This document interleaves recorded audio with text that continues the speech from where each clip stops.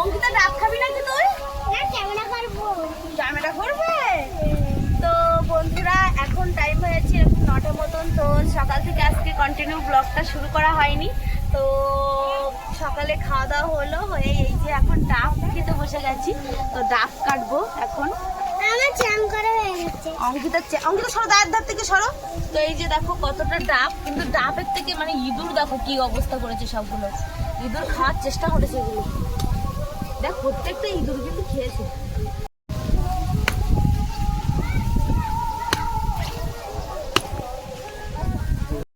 ডাব থেকে নারকেল হয়ে গেছে, একদম জালি নারকেল। দেখো এই নারকেলগুলো না খেতে দারুণ লাগে। তো হালকা হালকা মানে এখনো শ্বাস ঠিকঠাক মানে পোক্ত হয়নি নারকেলটা। তো চলো এখন কেটে নিই। সবাই মিলে একটা করে ডাব খেলাম। তো ডাব বলতে হালকা হালকা নারকেল হয়ে গেছিলো, তো না শক্ত না বেশি নরম, তো বেশ খেতে ভালো লেগেছিলো। চিনি দিয়ে সবাই মিলে খেলাম। খেয়ে ভাই বলছে যে আমার চুলটা কেটে দে, ও কালকে এক জায়গায় ক্যামেরা করতে যাবে। আর ওর হাতে যেহেতু একটা প্রবলেম হয়েছে তার জন্য ও একা কাটতে পারছে না, ও একাই কাটে এই মেশিনটা দিয়ে।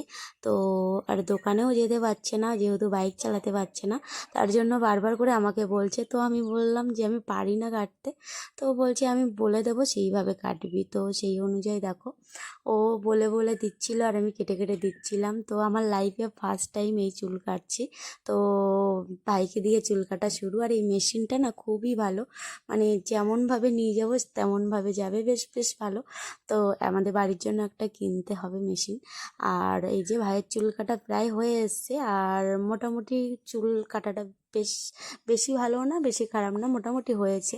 তো যাই হোক বন্ধুরা, এখানে ভিডিওটি এন্ড করছি। তো তোমাদের কেমন লাগলো এই ভিডিওটি? যদি ভালো লাগে লাইক কমেন্ট সাবস্ক্রাইব করে পাশে থেকে